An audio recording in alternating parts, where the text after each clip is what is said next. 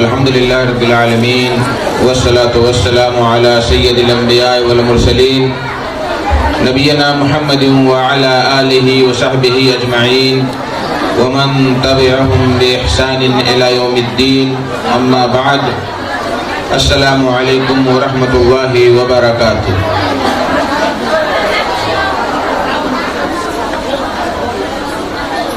آج 20 فروری 2023 عیسوی کلیہ خدیجۃ الکبریٰ کھڑک نگر ضلع سبتری نیپال میں سنن ابو داؤد رحمہ اللہ کی آخری حدیث کا درس ہے، اور دور دراز سے علماء کرام، مسئولین، ذمہ داران اور ماں اور بہنیں، گارجین حضرات تشریف لائے ہیں۔ بڑے خوش قسمت وہ لوگ ہیں جن کے بچے اور بچیاں قرآن و حدیث کی تعلیم حاصل کر کے معاشرہ میں جاتے ہیں، دین کی خدمت کرتے ہیں اور اللہ اور اس کے رسول کا نام روشن کرتے ہیں۔ ایسے ہی لوگوں کے لیے ہے کہ جو لوگ اپنے بچوں کو پڑھاتے لکھاتے ہیں، دینی تعلیم سے آراستہ و پیراستہ کرتے ہیں، اللہ تبارک و تعالی ان کو اور ان کے والدین سارے لوگوں کے لیے بہت زیادہ اجر و ثواب تیار کر کے رکھا۔ عزیز بچیوں، سب سے پہلے میں آپ کی پڑھی ہوئی حدیث کی تشریح بیان کرنے سے پہلے میں کچھ بیان کرنا چاہتا ہوں جو ہمیشہ میں بیان کرتا رہا۔ دیکھیے، شریعت، ہماری جو شریعت ہے، شریعت اسلامیہ، اس شریعت اسلامیہ کی دو بنیاد ہیں۔ اگر یہ دونوں بنیاد ہمارے مسائل میں پائی جاتی ہیں،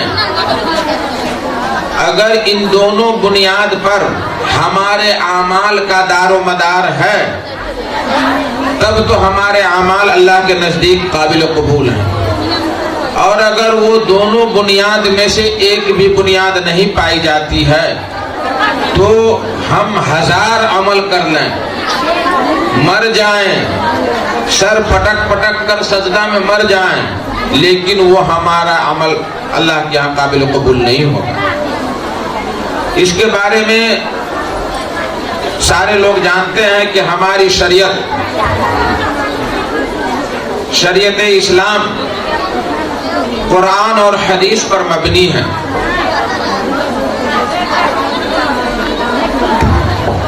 ہماری شریعت اسلامیہ قرآن اور حدیث پر مبنی ہے۔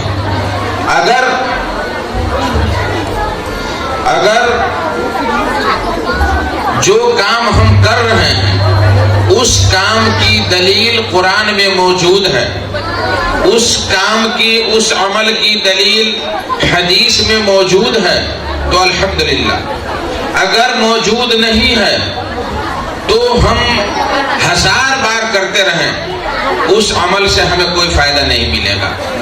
اسی لیے نبی کریم صلی اللہ علیہ وسلم نے ارشاد فرمایا، ترکت فیکم امرین لن تضلوا ما تمسکتم بہما، کتاب اللہ سنت رسول اللہ، موطا امام مالک۔ یہ حدیث بالکل صحیح ہے، یہ حدیث بالکل صحیح ہے، اگرچہ امام مالک نے فرمایا ہے کہ مجھے یہ حدیث پہنچی ہے، راوی کا ذکر نہیں کیا، لیکن اس کے باوجود اہل علم نے فرمایا ہے کہ یہ حدیث اتنی مشہور اور معروف ہے کہ سند کی ضرورت ہی نہیں پڑے گی۔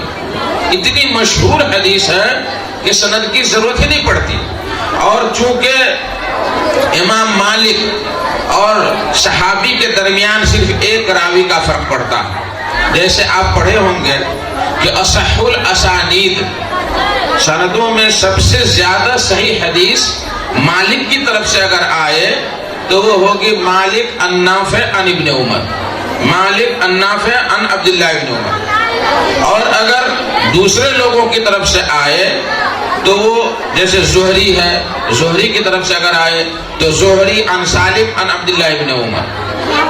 تو اس طریقے سے اصح الاسانید بہت ہی زیادہ موطا امام مالک کے اندر ہے، جس کو آپ لوگ نہیں پڑھی. بہرحال تو اللہ کے نبی صلی اللہ علیہ وسلم نے ارشاد فرمایا کہ میں تمہارے درمیان دو چیز چھوڑ کے جا رہا ہوں. میں اللہ کے یہاں جا رہا ہوں تمہاری رہنمائی کے لیے، تمہاری ہدایت کے لیے دو چیز چھوڑ کے جا رہا ہوں. اگر ان دونوں پر عمل کرتے رہو گے تو کبھی گمراہ نہیں ہو، راہ نہیں بھٹکو گے، الگ تھلگ نہیں ہو جاؤ گے. اور وہ دونوں کتاب کیا ہے؟ دونوں چیز کیا ہے؟ اللہ کی کتاب قرآن مجید اور میری سنت. جب تک صحابہ کرام، تابعین، تبع تابعین، ائمہ کرام، مسلمان جب تک ان دونوں چیزوں پر عمل کرتے رہے کوئی ان کا بال بھی باقا نہیں کر سکا. اور جب ادھر ادھر یہ امام، وہ مولوی، وہ مولانا، اس مولانا نے کہا، اس مولوی نے کہا، اس امام نے کہا، ہم اس کے پیچھے پڑیں گے، صحیح حدیث کیا کہہ رہی ہے، قرآنی آیات کیا کہہ رہی ہیں، یہ سب چھوڑ کر کے ہر آدمی اپنے اپنے گاؤں کے امام، اپنے گاؤں کے مولوی، اپنے علاقے کا مولانا، اس چکر میں جب سے پڑا ہمارے اوپر ذلت، مصیبت، پریشانی، دشواری عائد ہو گئی، اور اب تک یہ موجود ہے ہمارے اندر. اس لیے میں آپ لوگوں سے گزارش کرتا ہوں کہ اللہ تعالیٰ نے ہمارے لیے صرف دو چیز چھوڑا ہے، دو چیز ہمارے لیے بیان کیا ہے، اطیعوا اللہ و اطیعوا الرسول. یعنی کتاب اللہ، قرآن مجید کی اطاعت کیجئے یا حدیث رسول کی اطاعت کیجئے، تیسرا کچھ بھی نہیں. اب اہل علم نے اس کے بارے میں کئی حدیثوں میں اللہ کے نبی صلی اللہ علیہ وسلم نے بیان کیا. ایک حدیث ہم نے بیان کی، ایک دوسری حدیث ہے حجۃ الوداع کے موقع پر، جب آخری حج کیا نبی صلی اللہ علیہ وسلم، ایک ہی حج کیا نبی صلی اللہ علیہ وسلم، حجۃ الوداع کے موقع پر نبی صلی اللہ علیہ وسلم نے ارشاد فرمایا ہے کہ ان الشیطان قد یئس ان یعبد بارضکم، کہ شیطان مایوس ہو گیا ہے کہ اس کی عبادت جزیرۃ العرب میں ہو. لیکن چھوٹی چھوٹی باتیں جن کو تم حقیر سمجھ کے شیطان کی اطاعت کرتے ہو وہ چلتا رہے گا، وہ چلتا رہے گا. اور آپ دیکھ رہے ہیں ہمارے بیچ میں چھوٹی چھوٹی چیزوں میں شیطان کی اطاعت ہو رہی ہے، شریعت کے خلاف لوگ کام کر رہے ہیں. تو اللہ کے نبی نے فرمایا کہ فاحذروا، تم ان چھوٹی چھوٹی چیزوں سے بھی بچ کے رہو. قد ترکت فیکم ما ان تمسکتم بہ فلن تضلوا، دو چیز ہم تمہارے درمیان چھوڑ کے جا رہے ہیں، اس پر اگر عمل کرو گے تو کبھی گمراہ نہیں ہوگے. وہ کیا ہے؟ اللہ کی کتاب اور نبی صلی اللہ علیہ وسلم کی سنت. یہ دونوں چیزیں ہمارے لیے ضروری ہیں، ان کو ہم اگر چھوڑیں گے تو ہمارے لیے بخشش کا کہیں کوئی طور طریقہ نہیں. اچھا، کیا قرآن مجید کا سمجھنا مشکل ہے؟ کیا حدیث کا سمجھنا مشکل ہے؟ آج لوگوں نے ایک ہوا کھڑا کر رکھا ہے کہ ہم قرآن مجید نہیں سمجھ پائیں گے، عالم علماء کا کام ہے. میں ایسے لوگوں کو جواب دینا چاہتا ہوں کہ امریکہ، لندن میں انگریز لوگ یا غیر مسلم جن کو اللہ ہدایت دیتا ہے، وہ ترجمہ والا قرآن پڑھ کر کے مسلمان ہو رہا ہے، تو ہم مسلمان ہو کر کے نہیں پڑھ سکتے ہیں؟ ہمارے لیے کیسے حرام ہو گیا پڑھنا؟ ہمارے لیے قرآن کا سمجھنا کیسے دشوار ہو گیا؟ جبکہ اللہ تبارک و تعالیٰ فرماتا ہے کہ وَلَقَدْ يَسَّرْنَا الْقُرْآنَ لِلذِّكْرِ فَهَلْ مِن مُدَّكِرٍ، کہ ہم نے قرآن کو تو بالکل آسان بنایا ہے کوئی پڑھنے والا، ہے کوئی عبرت اور تدبر حاصل کرنے والا؟ تو غیر قرآن پڑھ کے مسلمان ہو رہے ہیں، اور ہم اگر قرآن پڑھیں گے تو بھٹک جائیں گے. یہ ایک مولویوں نے ہوا کھڑا کر رکھا. اتنا بڑا ظلم قرآن کے ساتھ، یہ ترجمہ بھی نہیں پڑھنے دیا جا رہا ہے. قرآن کی تلاوت کرو، گھر بیٹھو، بس ترجمہ پڑھنے کی ضرورت نہیں ہے. نہیں میری بہنوں، ترجمہ ہونا چاہیے. اور مجھے افسوس ہو رہا ہے بچیوں کی گارجینوں پر کہ ماشاءاللہ گفٹ پر گفٹ، سونے اور چاندی. بابو مجاہد نے کہا کہ ہیرے اور جواہرات بھی بورے میں کسے جا رہے ہیں. کاش کہ کوئی گارجین تفسیر احسن البیان ہدیہ دیتا، کاش کوئی گارجین رحیق المختوم کتاب نبی کریم صلی اللہ علیہ وسلم کی سب سے عمدہ سیرت وہ کتاب کسی بچی کو تحفہ میں دیتا. کاش کہ کوئی فقہ کی کتاب جو عام کتاب ہے اسلامی طرز زندگی اردو میں یہ اگر کسی بچی کو تحفہ دیتا تو بچی جب تک زندہ رہے گی جب تک اس کے پاس کتاب رہے گی اس سے فائدہ حاصل کرے گی. یہ سونا یہ چاندی یہ گفٹ یہ بکواس یہ خرافات یہ آنی جانی چیزیں ہیں. علم کبھی فنا ہونے والا نہیں. اس لیے شوبازی اللہ کو پسند نہیں ہے. اللہ نے نبی صلی اللہ علیہ وسلم فرمایا کہ من سمع اللہ بھی کہ جو شہرت چاہتا ہے اللہ اس کو دنیا میں شہرت کر دیتا ہے آخرت میں اس کے لیے کچھ نہیں ہے. تو شوبازی بہتر چیز نہیں ہے. مختصر دیں مختصر گفٹ دیں وقت کی قدر کریں کتابیں دیں اچھی کتابیں دیں جو بچی کو شادی کے بعد بھی ان کے گھر میں کوئی مسائل سامنے آئے تو پیش کرے. اور مجھے حیرت ہو رہی ہے مولانا ایک بچی کسہا میں ہماری طالبہ ہے انہوں نے ہم سے تفسیر احسن البیان طلب کیا. میں لایا ہوں گاڑی میں ہے تفسیر احسن البیان کہ میں قرآن کی تفسیر پڑھنا چاہتی ہوں مجھے نہیں مل پا رہی. اگر یہی بچی جو ہمارے سامنے ہے کل معاشرہ میں جائیں گی کل کوئی آدمی یا کوئی عورت آ کر کے سوال کر دیا کوئی مسئلہ پوچھ دیا تو وہاں کیا جواب دیں گے؟ اگر ہمارے پاس کتاب نہیں ہے وہ علم نہیں ہے تو ہم کیا جواب دیں گے؟ سونا چاندی سے جواب نہیں ملے گا علم سے جواب ملے گا. اور علم ایک ایسی دولت ہے جو نہ ہیرے نہ جواہرات نہ سونے نہ چاندی اس کے مقابلے میں سب زیرو. تو اس لیے میں آئندہ پروگرام میں گارجین حضرات سے کہنا چاہ رہا ہوں کہ تفسیر احسن البیان بہترین تفسیر کتاب ہے اس کو گفٹ کریں بچیوں کو. اسلامی طرز زندگی ابو بکر جابر الجزائری کی کتاب ہے اس کو اردو میں ہو گیا ہے وہ گفٹ کریں. مولانا شفیع الرحمان مبارک پوری رحمہ اللہ کی کتاب الرحیق المختوم سیرت میں بڑی عمدہ لکھی گئی کتاب ہے. یا سید سلمان ندوی کی رحمت للعالمین یہ کتاب سب ہے. یا شبلی نعمانی کی سیرت النبی صلی اللہ علیہ وسلم ہے. تو یہ کتابیں گفٹ دیں جو ہماری بچیوں کو زندگی بھر تک رہنمائی ملتی رہے گی. میں تھوڑی سی بات یہ کہہ دی آپ لوگوں سے. اچھا کیا قرآن اور حدیث کو ہم یوں ہی سمجھیں بے لگام ہو کر کے جس کے جو من میں آیا وہ بیان کر دیا کہ اس سے یہ مراد ہے اس سے مراد ہے؟ کیا ایسا کریں گے؟ نہیں. قرآن اور حدیث کو سلف صالحین کے منہج پر ہم سمجھیں گے. اور سلف صالحین میں کون کون ہیں؟ سب سے پہلے صحابہ کرام ان کے بعد تابعین ان کے بعد تبع تابعین. یہ تینوں زمانہ کی جو سمجھ ہے جو ان کا نہج ہے جو ان کا طور طریقہ ہے اس کے مطابق ہم قرآن کی تفسیر سمجھیں اور قرآن پڑھیں. اس کے لیے بہترین کتاب جو منہج سلف کی تفسیر ہے جو سب سے بہترین کتاب ہے تفسیر ابن کثیر. تفسیر ابن کثیر رحمہ اللہ 4 جلدوں میں عربی میں ہے اور اس کا اردو بھی ترجمہ ہو گیا ہے اور اسی کو اختصار کر کے بالکل مختصر کر کے اردو میں تفسیر احسن البیان لوگوں نے لکھا ہے. تو ہم قرآن اور حدیث کو نبی کریم صلی اللہ علیہ وسلم کے صحابہ کرام تابعین اور تبع تابعین کے طور طریقہ پر ہم سمجھیں اپنے سے نہ سمجھیں. اسی لیے نبی کریم صلی اللہ علیہ وسلم فرمایا کرتے تھے کہ ہمارے جانے کے بعد بہت سارے فتنے آئیں گے تو ان فتنوں میں تم کیا کرنا؟ میری سنت کو اور خلفائے راشدین کی سنت کو مضبوطی سے پکڑ لینا. اور فرمایا کیا؟ عضو علیہا بالنواجذ. نواجذ کہتے ہیں یہ آخری دانت کو. یہ والا دانت اگر کوئی پکڑ لے کچھ اور کھینچے تو کھینچا سکتا لیکن اگر چوب سے آخری دانت سے اگر کوئی پکڑ لے کچھ تو کھینچنا بہت مشکل ہے. ہمارے نبی کریم صلی اللہ علیہ وسلم نے فرمایا کہ میری سنت کو اور خلفائے راشدین کی سنت کو اس دانت سے پکڑنے کی طرح مضبوطی سے پکڑ لو.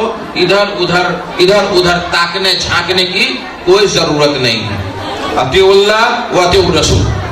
اب ایک بات اور بتاؤں گا آپ لوگوں کو کہ اہل علم نے قرآن اور حدیث کے ساتھ ساتھ 2 اور چیزوں کو دلیل مانا. ایک ہے اجماع امت. سارے امت کا جو اجماع ہے کسی چیز پر وہ بھی دلیل ہمارے لیے ہے. وہ بھی دلیل ہے اجماع امت. اسی طریقے سے قیاس، اگر صحیح قیاس ہے، جتنے قیاس کی شرطیں ہیں ہم نے قرآن میں ڈھونڈا، حدیث میں ڈھونڈا، اجماع امت میں ڈھونڈا، ہمیں دلیل نہیں ملی اور ہمارے پاس صلاحیت ہے اجتہاد کرنے کی، قیاس کرنے کی، تو ہم صحیح قیاس کر سکتے ہیں اور وہ ہمارے لیے دلیل ہو سکتی ہے۔ قرآن ہمارے لیے دلیل ہے، اس میں کسی کو کوئی شک نہیں ہے، سارے لوگ اس میں متفق ہیں۔ کیا حدیث ہمارے لیے دلیل بن سکتی ہے؟ اس کے انکار کرنے والے ہر زمانے میں پیدا ہوتے رہے، ہر زمانے میں۔ ہندوستان میں بھی ایک انسان پیدا ہوا جس کا نام عبداللہ چکرالوی تھا۔ وہ لنگڑا لولہا یا موٹا تازہ، انگریز اس کو کھانا کھلاتا پلاتا اور تکیہ پر ٹیک لگا کر کے وہ جو ہے شریعت کے خلاف ہیں باتیں کیا کرتا تھا۔ اس بارے میں ہمارے نبی کریم صلی اللہ علیہ وسلم نے ارشاد فرمایا، کتنی بہترین جو حدیث ہے، مقدام بن معدی کرب رضی اللہ تعالیٰ عنہ کی حدیث ہے کہ آپ صلی اللہ علیہ وسلم نے پیشین گوئی فرمائی کہ الا انی اوتیت الکتاب ومثلہ معہ، کہ مجھے کتاب یعنی قرآن مجید دیا گیا اور اس کے ساتھ اور ایک چیز دی گئی، سنت ہے۔ اور فرمایا کہ الا یوشک رجل شبعان علی ریکتہ، دیکھیے کہ قریب ہی ایک انسان پیدا ہوگا، قریب ہی ایک انسان پیدا ہوگا جو کھا کر کے موٹا مشٹنڈا ہوگا اور گاؤ تکیہ پٹے گا۔ یہ نبی صلی اللہ علیہ وسلم کی عبارت ہے، جو انہیں کا ترجمہ ہے کہ گاؤ تکیہ پر ٹیک لگا کر کے لوگوں سے کہے گا علیکم بہذا القرآن، اس قرآن کو لازم پکڑو، فما وجدتم فیہ من حلال فحلو، کہ جو اس میں حلال ہے اس کو حلال مانو، جو اس میں حرام ہے اس کو حرام مانو، اور یہ جو ہے سنت کو حدیث کو نہیں مانو۔ عبداللہ چکرالوی، اور ابھی بھی بہت سارے لوگ ہیں اس کے ماننے والے، اس دنیا میں بھی دندنا رہے ہیں، ہمارے نیپال میں بھی بہت سارے لوگ ہیں کہ جو حدیث رسول کو نہیں مانتے، بیرگنج میں اور کہاں کہاں پکڑے گئے ہیں۔ تو اگر ایسی بات آئے زندگی میں کبھی آپ لوگوں کے کہ کوئی آ کر کے کہا کہ قرآن ہی ہمارے لیے کافی ہے، حدیث پڑھنے کی، حدیث پر عمل کرنے کی ضرورت نہیں ہے، تو اس کی بات میں نہیں آنا۔ دیکھیے اگر حدیث نہ پڑھے تو جنازہ کا تذکرہ قرآن میں نہیں ہے، کیسے ہم جنازہ پڑھیں گے؟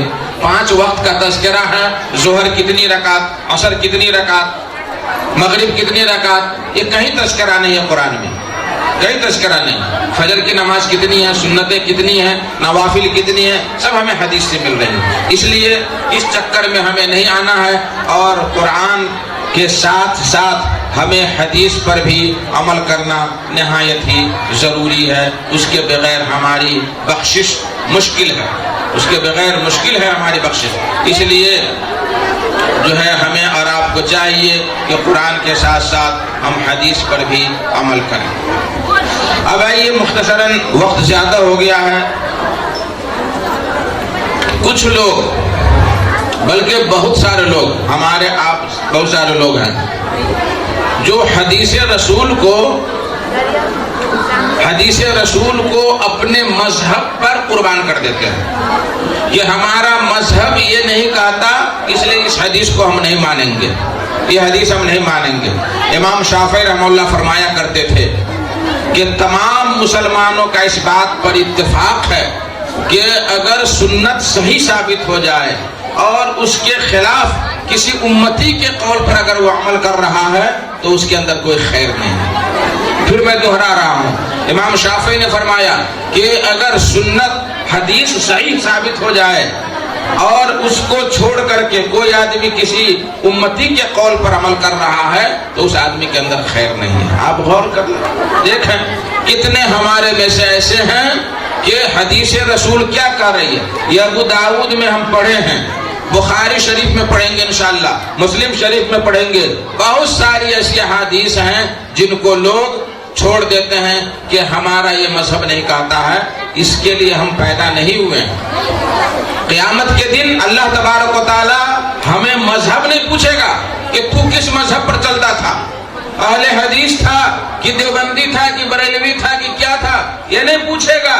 پوچھے گا اللہ تبارک و تعالی کہ تم نے ہماری اطاعت اور رسول اللہ کی اطاعت کی یا نہیں کی، بس اس کے علاوہ تیسرا کوئی سوال نہیں ہوگا، تیسرا کوئی سوال نہیں ہوگا۔ ہمارا دین وہی ہے جو ہمارے نبی صلی اللہ علیہ وسلم لے کر کے آئے، ہمارے لیے مذہب وہی ہے جو ہمارے نبی کریم صلی اللہ علیہ وسلم نے طریقہ بتلایا اور صحابہ کرام نے تشریح کر کے ہمیں بتلایا، اس کے علاوہ تیسرا اور کچھ نہیں۔ اس لیے ہمیں لوگوں کے افواہ میں، لوگوں کی باتوں میں ہمیں پڑھ کر کے اپنی آخرت اور اپنی عاقبت ہمیں برباد نہیں کرنا ہے۔ اب اس مختصر تمہید کے بعد ایک چیز اور بتلا دوں یہاں آپ لوگوں سے کہ ابھی ہمارے نیپال میں قادیانی مذہب بہت زیادہ شور شور سے پھیل رہا ہے۔ قادیانی یعنی ہمارے نبی کریم صلی اللہ علیہ وسلم کو آخری نبی نہیں مانتے ہیں وہ لوگ، اور کہتے ہیں کہ نبی کے بعد یعنی آخری محمد صلی اللہ علیہ وسلم کے بعد بھی دوسرا نبی آ سکتا ہے۔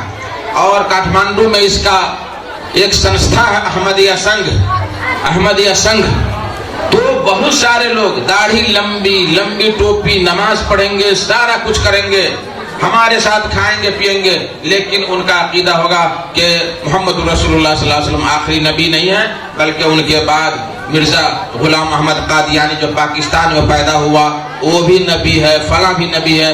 اور حیرت کی بات یہ ہے کہ بہار میں بھی ایک نبی پیدا ہوا ہے ابھی، شکیل حنیف، اور اس کے بھی بہت سارے چمچے ہمارے آپ کی طرح داڑھی بڑھائے ہوئے، ٹوپی پہنے ہوئے، کرتا پاجامہ، ہاتھ میں تسبیح لیے ہوئے اس کا پرچار پرسار کر رہا ہے۔ شکیل حنیف وہ کہتا ہے کہ ہم مہدی ہیں، امام مہدی ہیں۔ یہ فتنہ ہے، حالانکہ نبی کریم صلی اللہ علیہ وسلم نے فرمایا تھا کہ مہدی کا نام کیا ہوگا؟ امام مہدی کا نام ہوگا اسمہ کا اسمی و اسم ابی ہے کا اسم ابی، کہ اس کا نام میرے نام کی طرح، اس کے باپ کا نام میرے باپ کے نام کی طرح ہوگا، یعنی محمد بن عبداللہ میرا نام ہے تو محمد بن عبداللہ امام مہدی کا بھی نام ہوگا۔ یہ تو شکیل حنیف وہاں بہار کا پیدا ہوا، اور اس کا ظہور مکہ میں خانہ کعبہ میں ہوگا، اور اس کا ظہور ماشاءاللہ بہار میں ہوا ہے۔ بہار کے لوگوں نے مارا جوتا تو کیرلا میں پناہ لیا، اور کیرلا کے لوگ سیدھے سادے ہوتے ہیں اور وہاں وہ ناریل کھا رہا ہے اور وہیں سے شر اور فتنہ پھیلا رہا ہے، اور اس کو پیسہ برٹش اور برطانیہ سے آ رہا ہے۔ اللہ کے نبی صلی اللہ علیہ وسلم نے فرمایا کہ میرے بعد 30 جھوٹے نبی ہوں گے۔ نبی کے زمانے میں بھی دو نبی جھوٹے نبی تھے، ایک مسلمہ کذاب، ایک اسود انسی۔ نبی صلی اللہ علیہ وسلم سے مناظرہ کرتا تھا جھوٹا ہی۔ تو جب نبی کے زمانے میں جھوٹا نبی آ گیا تو ابھی تو یوں بھی آ سکتا ہے، ویسے بھی فتنہ بہت زیادہ ہے۔ ایک چائے پر بھی لوگ بک جاتے ہیں، ایک سگریٹ اور ایک بیڑی پر بھی لوگ بک جاتے ہیں، اور اب تو مصیبت پر مصیبت، ادھر ٹک ٹاک ہے، ادھر سوشل میڈیا ہے، ادھر کیا کہتے ہیں یوٹیوب ہے، ادھر فیس بک ہے۔ ہر چمکنے والا سونا نہیں ہوتا ہے، ہر چمکنے والا سونا نہیں ہوتا ہے۔ اس لیے ابھی پاکستان میں ایک نیا فتنہ جو ہے مرزا علی، انجینئر مرزا علی کا فتنہ آیا ہے۔ وہ شروع میں اپنے آپ کو اہل حدیث کہا، اہل حدیث کی طرف درس دیتا تھا، بہترین درس۔ اس کے بعد پتہ نہیں کیا ہوا نہیں ہوا، شیعوں نے اس کو اچک لیا یا پیسہ دیا یا برطانیہ نے دیا، اب وہ حدیثوں کے خلاف، صحابہ کرام کے خلاف لفاظی کرتا ہے، بکواس کرتا ہے۔ اور یہ جو آپ لوگوں کے لیے میں بتا دوں کہ اس ایک موبائل میں ایک ویب ہے، ایک ایپ ہے 360 اسلام 360، یہ پہلے ٹھیک تھا لیکن اب برباد ہو گیا۔ اس لیے جن لوگوں کے موبائل میں اسلام 360 اگر ہو تو اس سے فائدہ حاصل کرنے کی ضرورت نہیں ہے، اس کو ڈیلیٹ کر دیں، اس لیے کہ وہ بندہ پہلے اہل حدیث تھا، وہ بھی اب بعد میں برباد ہو گیا۔ جتنے لوگ ہیں سب قرآن حدیث پر لے کر کے یہ چمچا گیری اور اپنا چمچا چلا رہا ہے دنیا میں، اس لیے ہمیں فطرہ کو سمجھنا بھی نہایت ہی ضروری ہے۔ اب آئیے اس مختصر تمہید کے بعد میں آپ کو بتاؤں کہ جو آپ نے حدیث پڑھی ہے، یہ حدیث سنن ابی داؤد کی آخری حدیث ہے۔ ابو داؤد کون ہے؟ آپ لوگ شروع میں پڑھے ہوں گے، میں مختصر بتلا دیتا ہوں۔ ان کا نام سلیمان بن اشعث بن اسحاق بن بشیر الازدی السجستانی، افغانستان میں یہ پیدا ہوئے۔ خلیفہ مامون کے زمانے میں 202 ہجری کے اندر، 202 ہجری کے اندر موافق 817 عیسوی کے اندر پیدا ہوئے۔ ان کے والد محترم اشعث بن اسحاق یہ بھی بہت بڑے محدث تھے. ان کے بھائی محمد بن اشعث یہ بھی بہت بڑے جو ہے محدث تھے. اور دونوں بھائی ہر جگہ جاتے تھے. دونوں بھائی ہر جگہ جاتے تھے اور طلب علم کیا کرتے تھے. یہ دونوں بچپن ہی میں انہوں نے یہ علم حدیث حاصل کیا اور کئی ملکوں جیسے شام جس کو سیریا کہتے ہیں، مصر، جزیرہ عربیہ، عراق، خراسان، مکہ مدینہ وغیرہ وغیرہ، ان ساری جگہوں پر یہ جا جا کر کے درس لیا. ابھی تو ماشاءاللہ ایک ہی مدرسہ میں ساری کتابیں مل جاتی ہیں، لیکن اس زمانے میں یہ سسٹم نہیں تھا. اس زمانے میں مسجد سے ہمارے بڑے بڑے ائمہ کرام پیدا ہوئے. مسجد ہی سے امام مالک پیدا ہوئے. امام مالک کے در سے امام شافعی، امام شافعی کے در سے امام احمد بن حنبل، اور امام احمد بن حنبل کے در سے آپ کے یہ امام ابو داؤد رحمہ اللہ پیدا ہوئے. تو یہ لوگ مسجد کے پروڈکٹ، مدرسہ کے پروڈکٹ نہیں. مدرسہ تھا ہی نہیں. مسجد کی برکت تھی.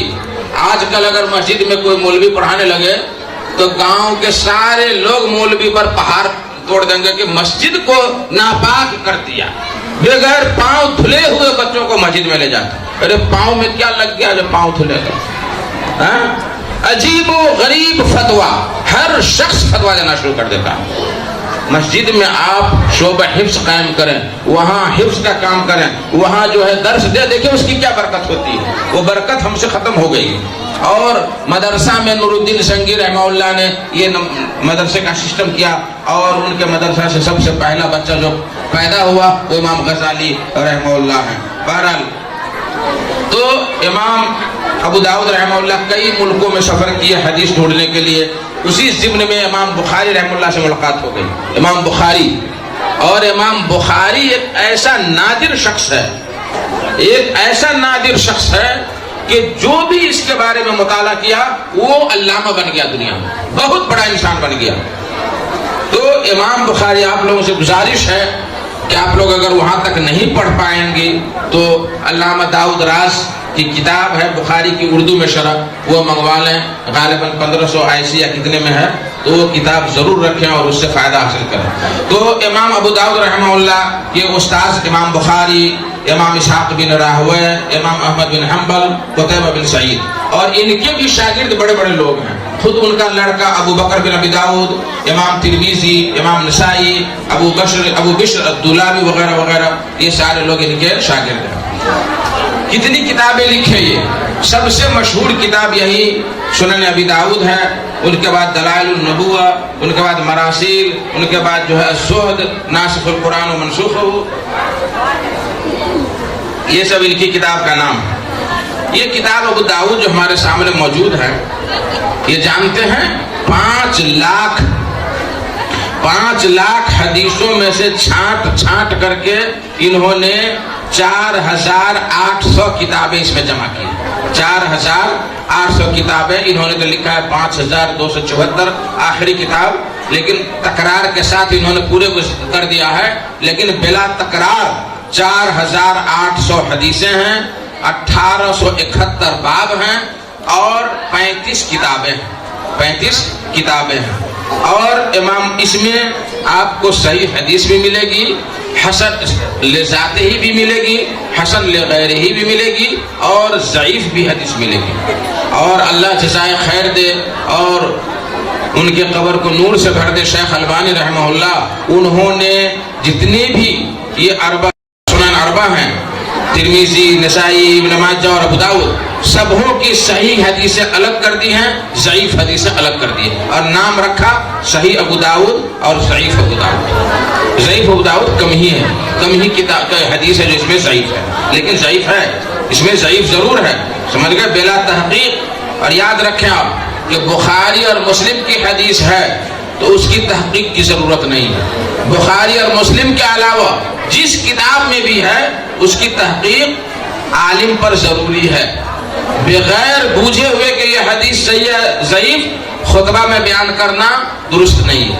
آج بہت سارے مولوی، بہت سارے امام چھوٹی چھوٹی کتابوں پر اعتماد کر کے موضوع اور من گھڑت حدیث خطبہ میں بیان کر دیتے ہیں، اور اس سے فتنہ شروع ہو جاتا ہے. ایک اور بات یہاں ہے جو جاہل لوگ کہتے ہیں کہ کیا مولانا، کیا حدیث بھی ضعیف ہو سکتی ہے؟ اور بہت سارے لوگ کہتے ہیں کہ آپ لوگ تو سب حدیث کو ضعیف کہنا شروع کر دیتے ہیں. تھوڑا بھی ہم عمل کرتے تو کہتے ہیں کہ یہ حدیث ضعیف ہے. ارے بھائی ہم لوگوں کی کیا مجال کہ ہم لوگ کہیں کہ ضعیف ہے. یہ تو کہنے والے بزرگ لوگ کہہ چکے, انہی لوگوں کی باتیں ہم نقل کر رہے ہیں, انہی لوگوں کی باتیں نقل کر رہے ہیں. اور ہمارے نزدیک صحیح حدیث اتنی ہے کہ ضعیف کی طرف جانے کی ضرورت ہی نہیں. کیوں ہم ضعیف کے چکر میں پڑے جبکہ ہمارے نزدیک صحیح حدیث ہے؟ کیوں ہم ضعیف کے چکر میں پڑے؟ اس لیے ضعیف کی ضرورت نہیں ہمیں صحیح حدیث کی ضرورت ہے. اور اسی ضعیف موضوع سے جتنے بدعات آپ دیکھ رہے ہیں دنیا میں, جتنی بدعات, 12 ربیع الاول کو جشن منانا, 15 شعبان کو وہ حلوہ پوڑی ابھی آ رہا ہے, 15 شعبان حلوہ پوڑی کھانا, یہ ابھی رجب, ابھی 27 رجب, آج کتنی 27 رجب ہے, 27 رجب کو شب معراج کہتے ہیں کہ نبی صلی اللہ علیہ وسلم معراج میں گئے. تو نبی صلی اللہ علیہ وسلم معراج میں گئے, اس میں چغل خور کو دیکھا کہ اس کا جو ہے منہ پھاڑا جا رہا ہے, زبان کاٹی جا رہی ہے, اس پر عمل ہی نہیں ہے, اور شب معراج کا جشن منائیں گے.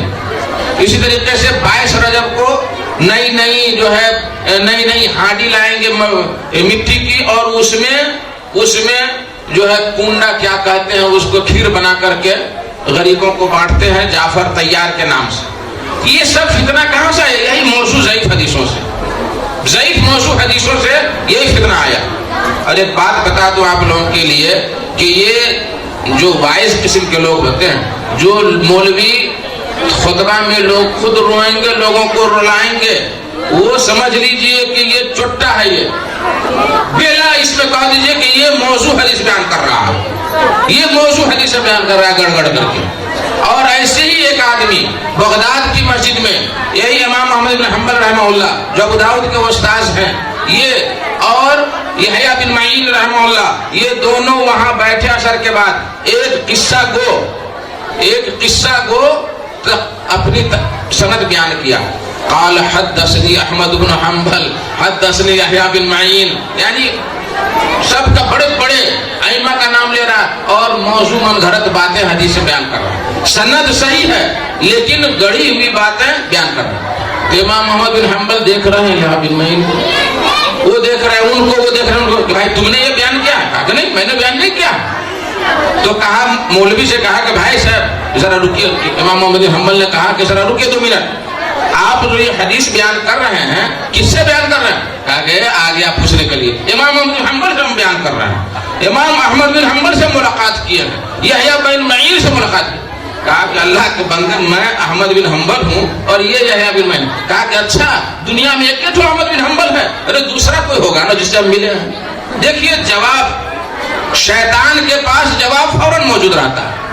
امام احمد بن حنبل دنگ رہ گئے آواز سن کر کہ اللہ اس شخص کو اللہ کا خوف نہیں, موضوع حدیث بیان کر رہا ہے اور میں موجود ہوں. کہا کہ تو احمد بن حنبل نے, کوئی دوسرا احمد بن حنبل سے میں سنا ہوں. تو ایسے لوگوں کے چکر میں نہیں پڑنا ہے. اور یاد رکھیں بدعت جو لوگ رائج کرتے ہیں وہ چور ڈاکو نہیں ہوتے ہیں, وہ شراب پی کر کے آپ کو نہیں کہیں گے کہ جو ہے 15 شعبان میں حلوہ پوڑی کھائیے یا جشن منائیے. وہ لمبی داڑھی, لمبا چوغا اور امامہ پہن کر کے آ کر کے آپ کو کہیں گے کہ یہ کام کیجئے. ہاں ماشاء اللہ آپ تو ہیں پہنچے ہوئے فقیر ہیں. یہ جتنی بدعات و خرافات ہمارے اسلام میں آئی ہیں انہی مولویوں اور ایسے ہی شیطانوں سے ہمارے اسلام میں آئی ہیں. آپ پڑھیے علامہ ابن الجوزی رحمہ اللہ کی کتاب پڑھیے موضوعات, علامہ البانی کی کتاب پڑھیے سلسلہ ضعیفہ, اس میں ساری چیزیں آپ کو نظر آئے گی کہ ان جاہل مولویوں نے ہمارے اسلام کو کس طرح سے برباد کر کے رکھا, کیسے ہم کو بری بری چیزیں اسلام کے اندر داخل کر دی. اسلام شفاف ہے. اللہ کے رسول اللہ فرمایا کرتے تھے کہ ترکتکم علی الملۃ البیضاء لیلھا کنہارھا, کہ میں تم کو ایسے دین پر چھوڑ کے جا رہا ہوں جس کی رات بھی دن کی طرح روشن ہے, رات بھی دن کی طرح روشن ہے. لا یزیغ عنہا الا ہالک, کہ اس سے ہلاک ہونے والا ہی دور ہوگا. اب اللہ کے نبی کہہ رہے ہیں کہ ہم تم کو واضح دین پر چھوڑ رہے ہیں, تو کیا اللہ کے نبی کو معلوم نہیں تھا کہ یہ 12 ربیع الاول کو جشن منانا اور 15 شعبان کو حلوہ پوڑی کھانا بڑا اچھا کام ہے؟ وہ نہیں کھائے تھے کیا؟ ان کو نہیں یہ بات سمجھ میں آئی, ہم بھی کوئی سمجھ میں آ گئی کہ یہ سب ہم کریں گے تو ہوگا. اور اگر مولوی کو نہیں کھلائے تو پھر 1 کروڑ بھی بد دعا دے کر کے جائے گا. تو اس لیے اس ایسے لوگوں سے ہمیں دور رہنا چاہیے. بہرحال میں یہ کہہ رہا ہوں کہ اس میں 35 کتابیں ہیں اور 35 کتابوں میں جو ہے یہ امام ابو داؤد رحمہ اللہ نے، امام ابو داؤد رحمہ اللہ کی بہت سارے لوگوں نے بڑی تعریف کی ہے. ایک عالم ہے موسیٰ بن ہارون، وہ کہتے ہیں کہ خلق ابو داؤد فی الدنیا للحدیث وفی الآخرہ للجنہ. ابو داؤد دنیا میں حدیث کی خدمت کے لیے پیدا کیے گئے ہیں اور آخرت میں جنت کے لیے پیدا کیے گئے ہیں. ان کی وفات شوال میں، امام بخاری کی بھی وفات عید کے دن ہوئی. جب سمرقند یا کون جگہ سے ان کو بھگا دیا گیا. دیکھو کبھی بھی اچھے لوگ چین سے نہیں رہ سکے دنیا میں، نہ رہنے دیا. کبھی بھی اچھے لوگ، آپ اگر نیکی کا کام کریں گے تو یہ مت سمجھیے کہ پبلک ہمارے لیے پھول راستے پر بچھائے گی. نہیں، بہت سارے مولوی اچھے ہوتے ہیں، خطبہ دینے جاتے ہیں گالیاں سنتے ہیں، دعوت دینے جاتے ہیں گالیاں سنتے ہیں، وہ نراش ہو جاتے ہیں، پریشان ہو جاتے ہیں کہ اب ہمیں کوئی ضرورت نہیں. نراش ہونا نہیں، یہ تو یہ ہماری سنت ہے، ہمارے نبی کی سنت ہے. طائف میں مار کھائے، خون بہائے، علماء کرام جہاں جہاں گئے ان کی مار ہوئی. امام بخاری رحمہ اللہ پریشان حال ہو کر کے عید کے دن عید الفطر کو نکال دیا گیا، اور جب ملک کے گیٹ سے باہر نکلے وہیں پہ ان کی وفات ہو گئی.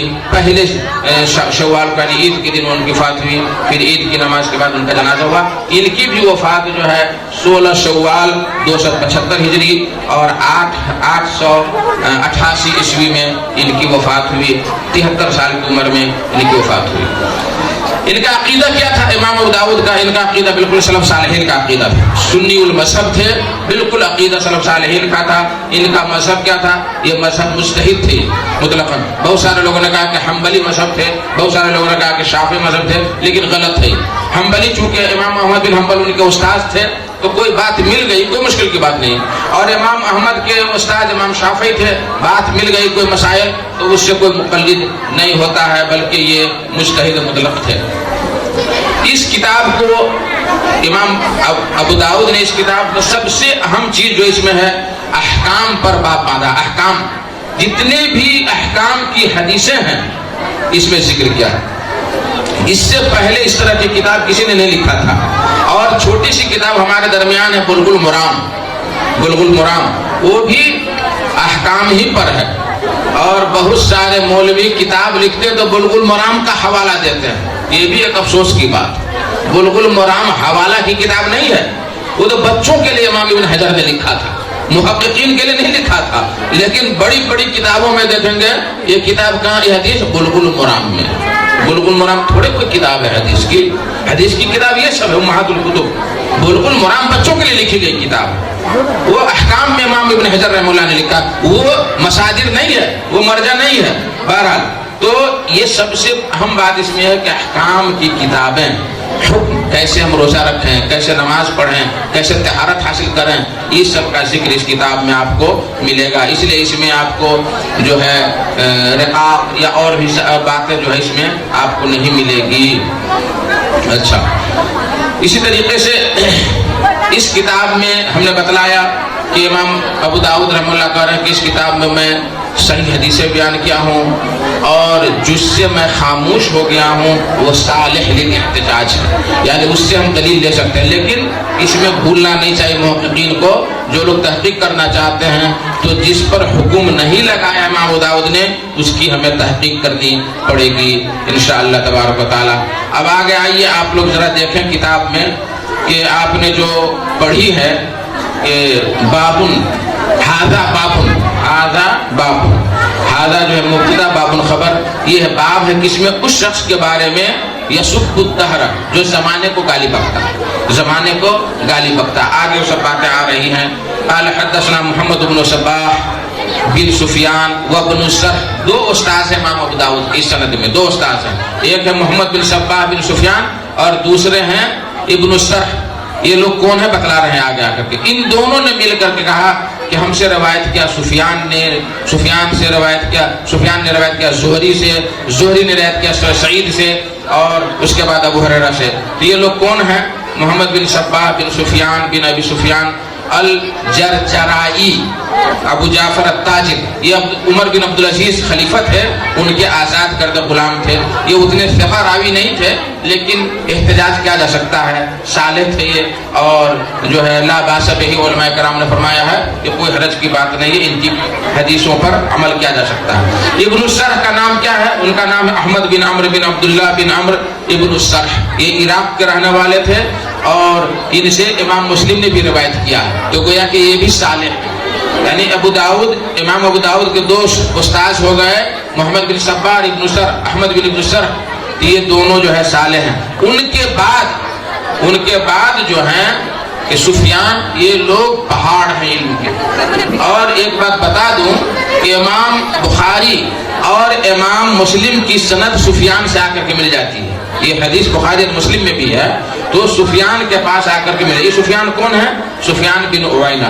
دو سفیان ہوئے ہیں دنیا میں جن کو سفیانان کہتے ہیں، سفیان ثوری اور سفیان بن عوینہ. سفیان بن عوینہ کوفہ میں پیدا ہوئے اور وہاں سے ہجرت کر کے مکہ آئے اور مکہ ہی میں رہے یہاں تک کہ مکہ میں ان کی وفات ہو گئی. یہ امام مالک کے بھی استاذ ہیں اور ہم عصر ہیں.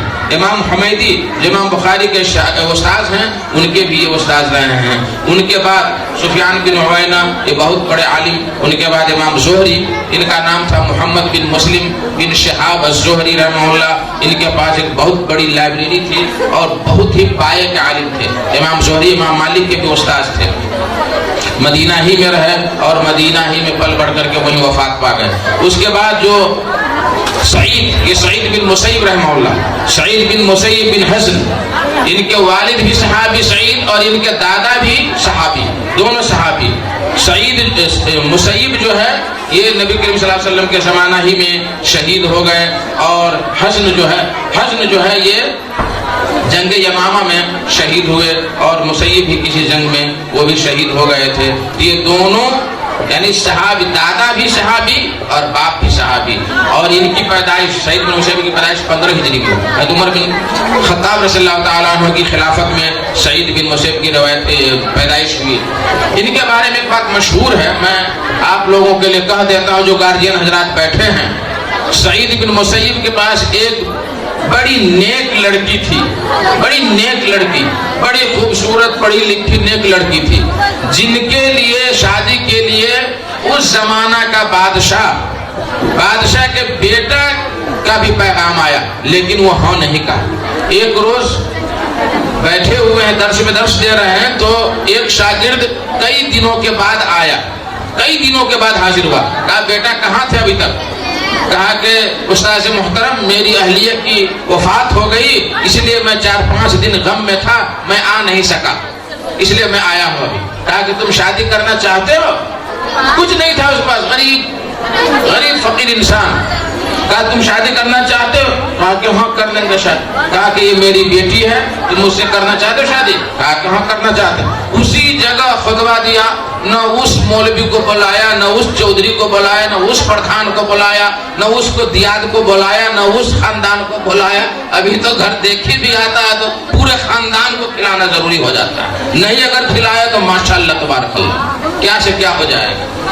پچھاڑی بھی جائے تو سب کو لے جانا ہے. سب مصیبت ہمارے معاشرے میں آ گئی. سعید بن مسیب رحمہ اللہ بادشاہ کا بیٹا پیغام لے کے آیا، نہیں شادی کیا، لیکن وہ غریب شاگرد نیک تھا، با اخلاق تھا، نیک تھا، حدیث کا حافظ تھا، تو اس سے شادی کیا. جب شام ہوئی تو بیٹی کا ہاتھ پکڑا، نہ باجا، نہ اٹھن، نہ ٹپٹن، نہ یہ رسم، نہ وہ رسم، کچھ نہیں. ہاتھ پکڑا اور شام میں لے گئے شوہر کے گھر، یعنی داماد گھر. کہا کہ بیٹی آج سے تمہارا یہ گھر ہے.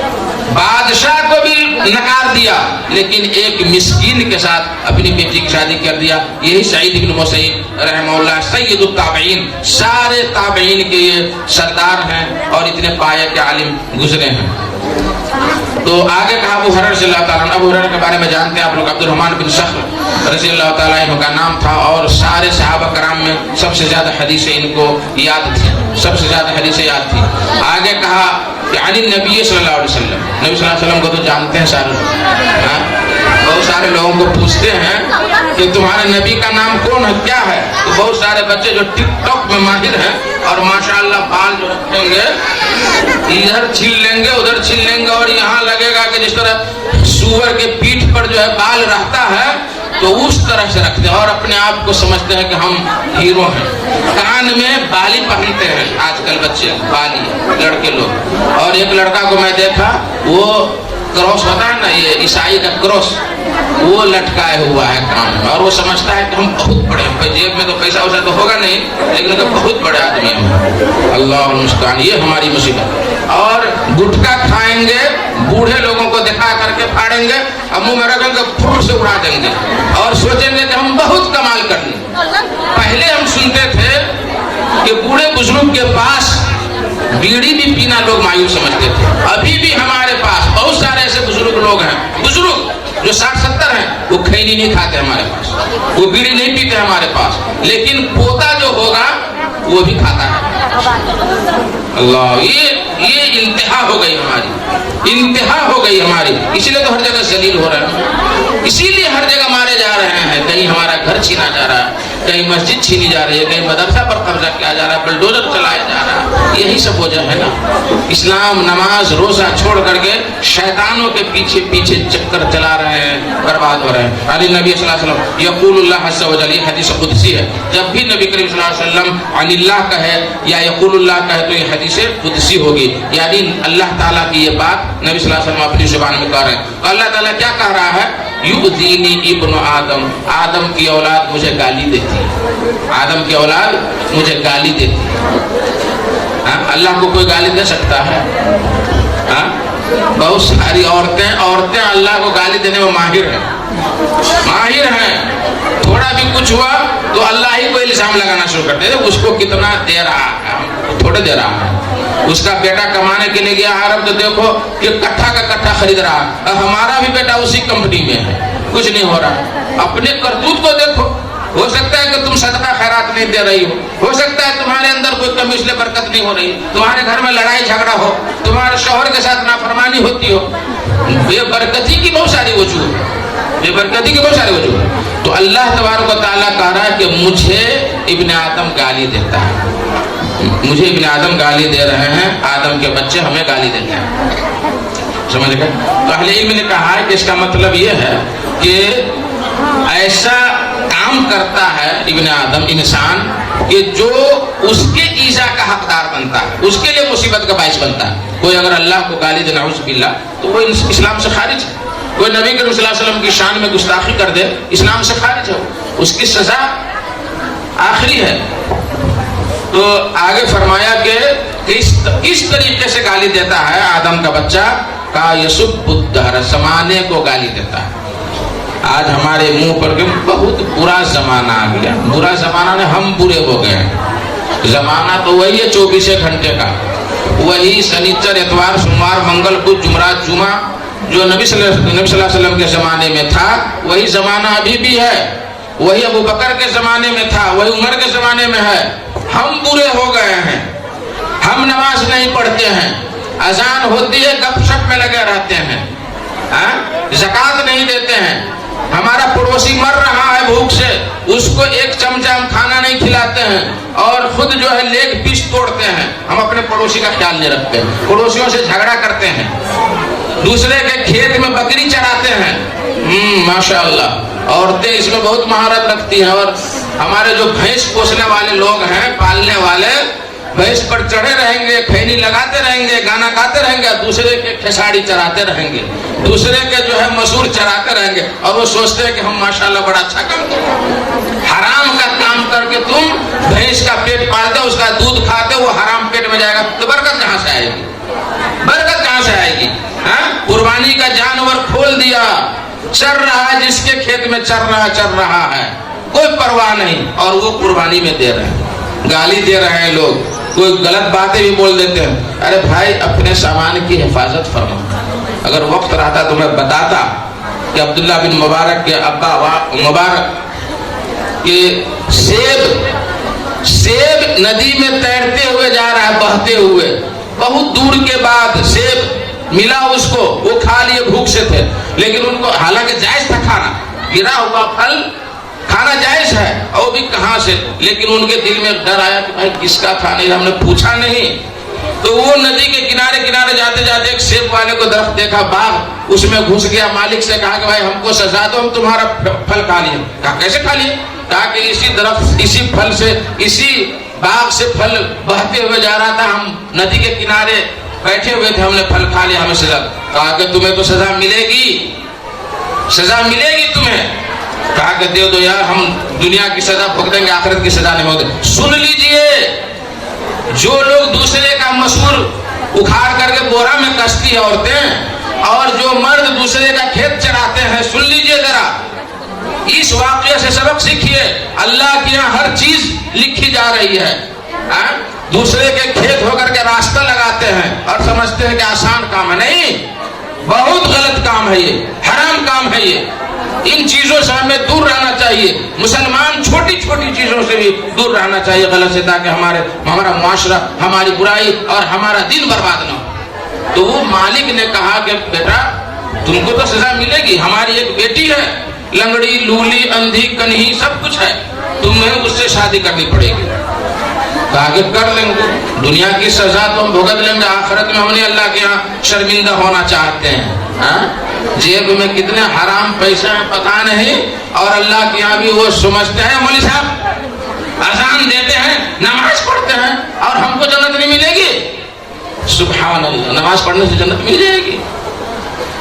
نماز پڑھنے ہی سے جنت نہیں ملے گی. عمر رضی اللہ تعالیٰ عنہ کے پاس ایک شخص آیا تو دوسرے سے پوچھا کہ اس کو تم جانتے ہو؟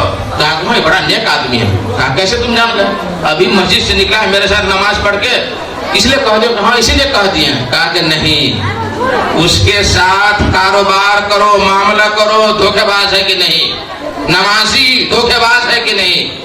اس کے ساتھ یاترا کرو، سفر کرو، سفر میں اگر تمہارا خیال رکھا تب وہ پکا ہے. اس کے ساتھ ساتھ پڑوسی بن کے دکھاؤ. پڑوسی سے اکثر جھگڑا ہوتا ہے. اسی لیے کہا گیا ہے کہ کسی آدمی کی اچھائی معلوم کرنی ہے تو پڑوسی سے پوچھو جا کر کے کہ یہ آدمی کیسا ہے.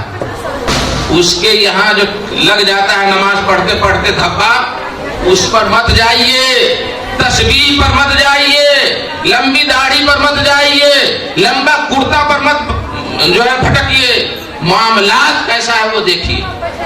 ہمارے مسلمانوں کے ساتھ معاملات، غیر مسلموں کے ساتھ معاملات، اور کیا کہتے ہیں تجارت میں ہمارا معاملہ کیسا ہے یہ دیکھیے، تب ہم پکا مسلمان ہیں. نمازیں پڑھنے سے، روزہ رہنے سے ہم پکا مسلمان نہیں ہو سکتے ہیں. یہ تو ہمارے ذاتی کام ہے.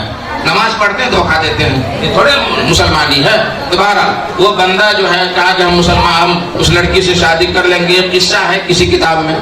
تو شادی ہو گئی، نکاح ہو گیا. جب اس سہاگ رات میں گئے تو بسم اللہ کر کے گئے اور ڈرتے ڈرتے گئے. جب اس کا چہرہ کھولا تو دیکھا کہ لڑکی بڑی خوبصورت ہے، نہ ہاتھ پاؤں لولہا لولی کچھ نہیں ہے. کہا کہ بھاگا جا رہا تھا، وہ بندہ نیک تھا، بھاغا جا رہا تھا کہ بھائی ہم کسی غلط روم میں آ گئے.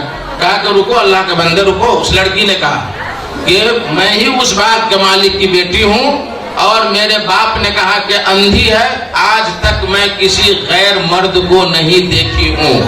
میرا ہاتھ لولہا ہے، آج تک میں غلط چیز نہیں پکڑی ہوں.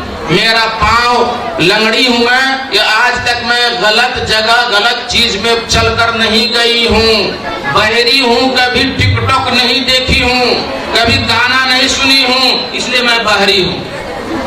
آج تو بچی جو جائے گی گھر، سب سے پہلا کام ماں باپ سے موبائل لے کر کے وہی شروع، کیا بھیجنا، کیا کرنا، کیا نہیں کرنا، نعوذ باللہ، شروع. اللہ کا شکر ادا کیا اس مبارک نے.